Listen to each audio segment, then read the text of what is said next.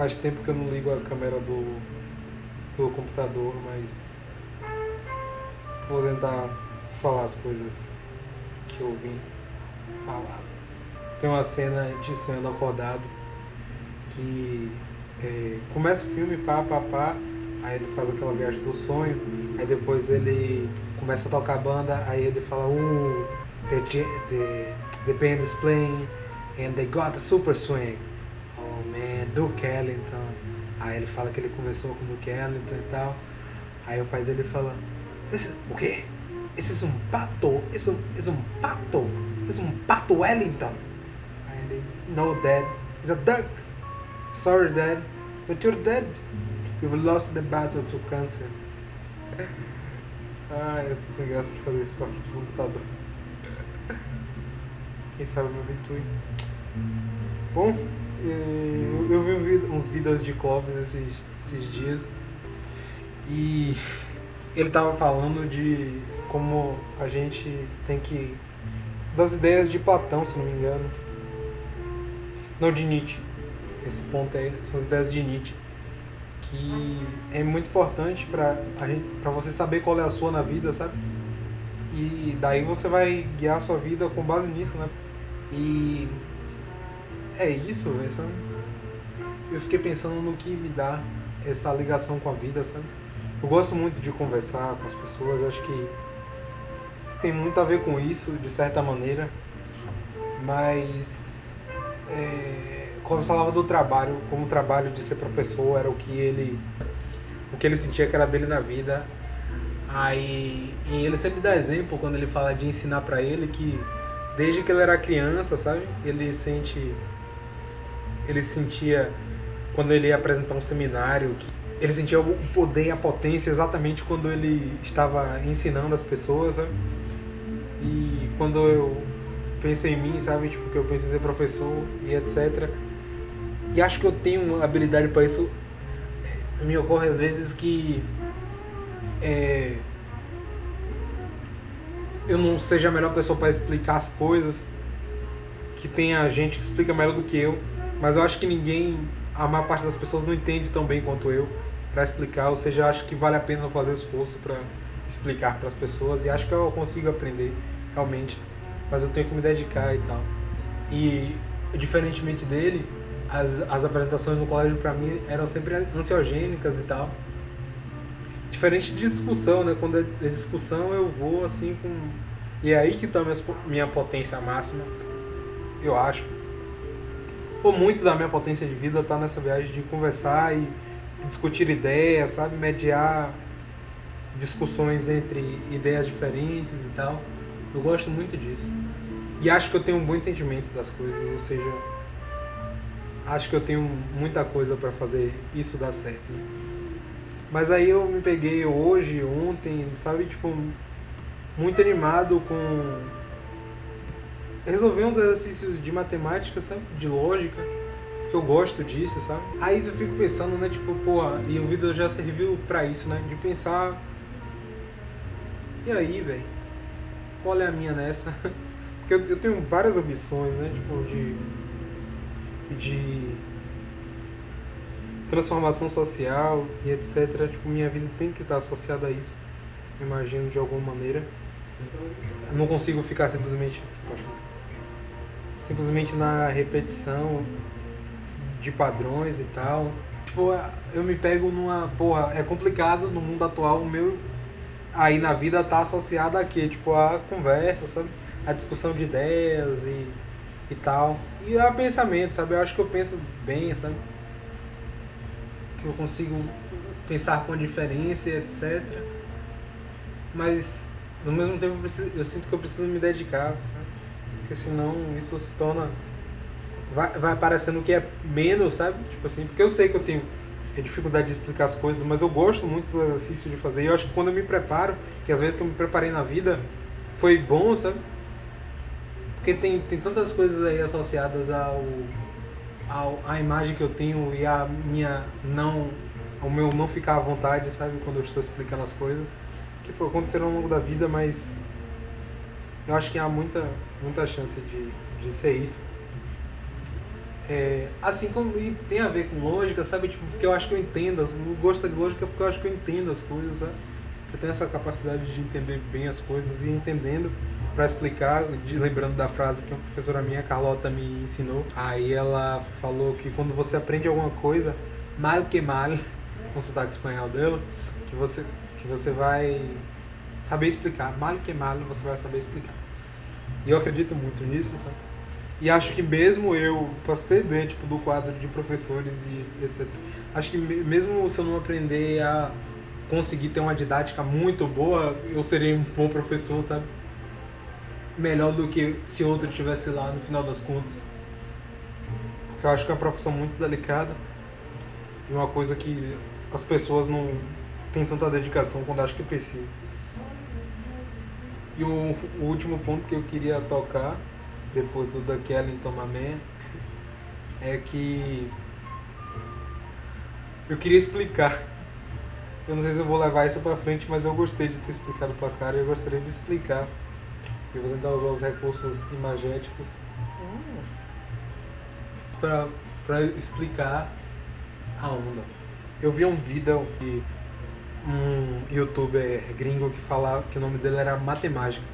Aí ele falava de alguns exemplos de mágica que eram feitos com baralho, e aí ele foi falando de como não era mágica, que era matemática, e que descobriu o porquê da matemática não deixava o truque ruim, sabe, ou que merda, mas como mostrava quão interessante era, na verdade, sabe, tipo, que você descobrindo isso, dava pra você ser mais criativo, entender porquê, e daí você você cria, sabe, algum jogo com a mesma lógica, ou, sabe, você dá pra adaptar isso, sabe, é fantástico.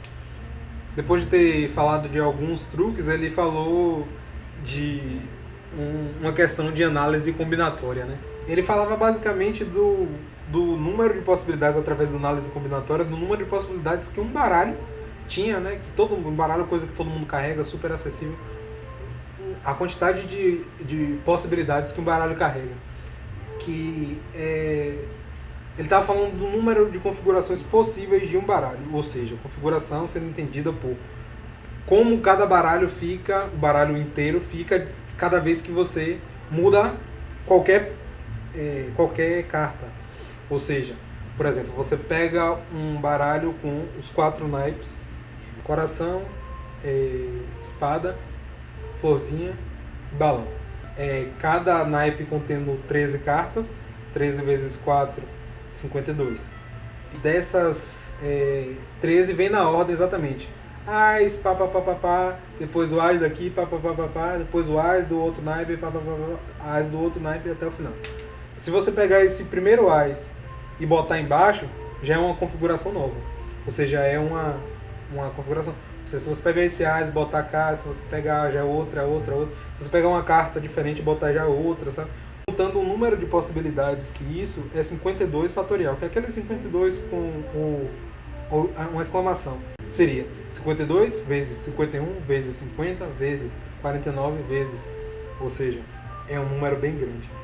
E aí ele tava falando, sabe, tipo, eu achei fantástico, ele tava falando, caralho, isso tá na nossa mão, sabe? Toda vez que você pega um baralho e você, por exemplo, você pegou nessa primeira configuração que eu falei de Ás, depois o Ás do outro naipe, e você pega ele e embaralha ele muito bem, a chance de você ter criado uma configuração única, ou seja, você pegou, misturou, juntou o baralho de novo, a chance dessa configuração ter sido a primeira na história da humanidade é grande, sabe? Na história da humanidade, sabe? De todo mundo aqui jogando baralho aí, seria... Parece besta, só que eu acho fantástico alguém fazer. E o mais fantástico ainda é o que vai vir, né? Pra gente entender mais ou menos qual era a proporção desse número, que é 52 fatorial, de novo, que representa esse universo de possibilidades que a gente tem na mão com um baralho de 52 cartas, que é esse ordinário.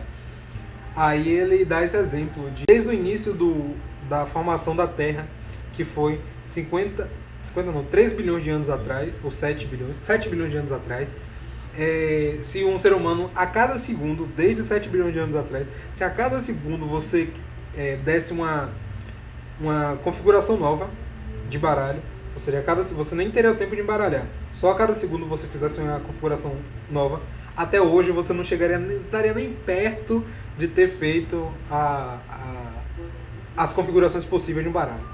E aí esse matemático, ele dá esse exemplo para ficar mais fácil para a gente entender a proporção desse número.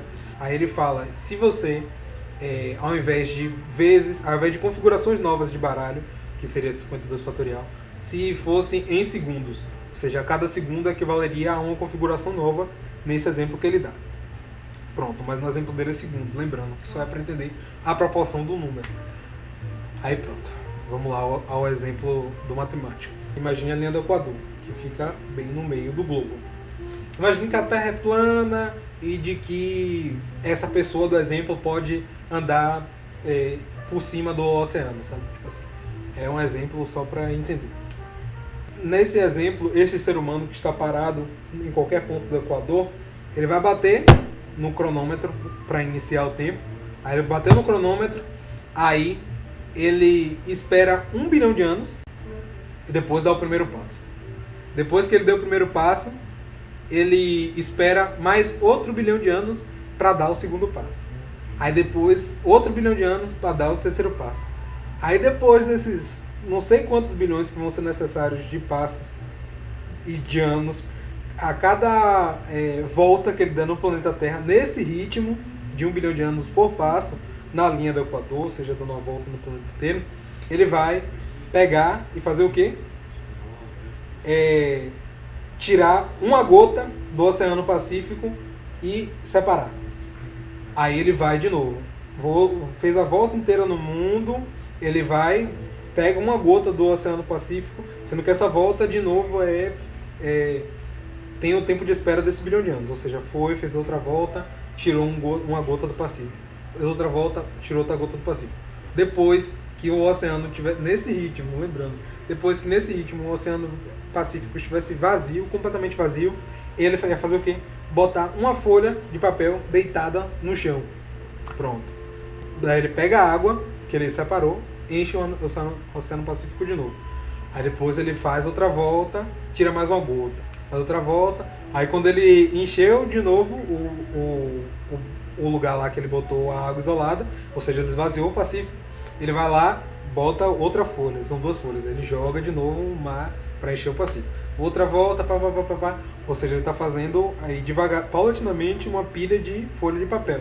Quando essa pilha de folha de papel atingir o Sol, aí ele tira essa pilha de folhas e faz outra. Aí, no mesmo esquema de fazer 1 bilhão de anos, aí ele vai ter que fazer mil dessas pilhas de folhas, sendo que cada passo é 1 bilhão de anos para a primeira volta. Ou seja, para vocês terem ideia do número que é esse 52. E depois de ter feito todo esse ciclo de 1000 folhas de papel, 1000 pilhas de folha, quando você já se sentir entediado e ter ficado tantos anos fazendo isso, você vai fazer o quê? Isso adicionando ao tempo, guarde aí o tempo do exemplo anterior. Na sua próxima atividade você vai, a cada 1 bilhão de anos, você espera 1 bilhão de anos, você joga, de novo, a mesma proporção do passo, você joga 5 cartas no chão. Aí, a cada bilhão de anos você vai jogando. Quando você tirar, isso ele faz pelo cálculo probabilístico, quando você tirar o Royal Flush, que é o 10, vou falar aí, 10 valete, rainha, rei, ás, de qualquer naipe. Quando você tirar um desse, você joga na loteria. Aí, você pode, se não quis jogar na loteria, você pode ganhar ou perder, e a probabilidade é bem maior de você perder, ou seja, você vai perder algumas vezes antes de ganhar. Assim que você ganhar o bilhete da loteria, você põe 1 grão de areia no Grand Canyon, que é aquele lugar lá dos Estados Unidos onde tem uma vala muito grande, eu não sei se é uma vala enorme. Aí você vai lá e bota 1 grão de areia. Depois de você ter feito isso repetidas vezes, quando você conseguir botar 1 grão de areia, quando você já tiver enchido o Grand Canyon inteiro de grão de areia, aí você encheu o Grand Canyon, você muda de atividade. Aí depois que você encheu o Grand Canyon, você vai lá e repete essa mesma lógica de tirar uma areia, ou de botar 1 grão de areia, só que agora você vai tirar 1 grão de areia do monte mais alto do mundo, que é o Monte Everest. Você vai lá e tira um grão de areia. Aí você tira um grão de areia a cada vez, lembrando que é quando você acertar na loteria. Cada vez que você acertar na loteria, você tira um grãozinho de areia. Depois que você tiver nivelado o Monte Everest com o chão, aí você fez probabilisticamente, né, você atingiu o número que é 52 fatorial. O número de segundos, né? Contando por tempo, sendo que isso é uma comparação com o número de configurações possíveis de um baralho. Ou seja, eu fiquei assim, quando eu vi esse vídeo, eu, caralho, velho. Vou deixar o link na descrição, porque o vídeo é fantástico e o cara explica bem melhor que eu. Eu fiz esse vídeo mais pela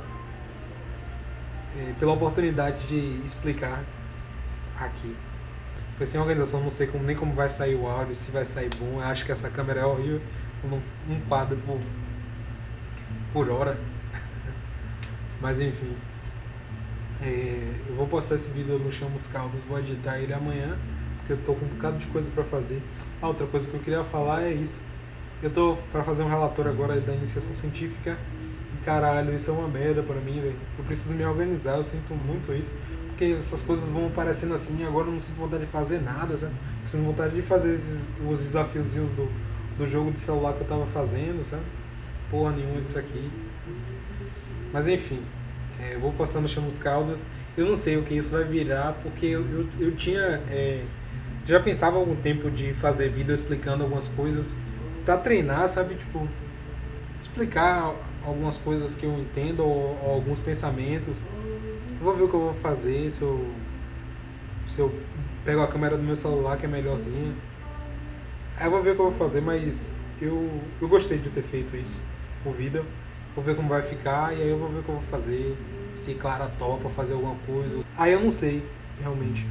Mas vamos ver o que é que isso vai. Espero me organizar e vamos ver também quando vai ser o próximo vídeo. Beijos de luz. Nathalie. Bye bye.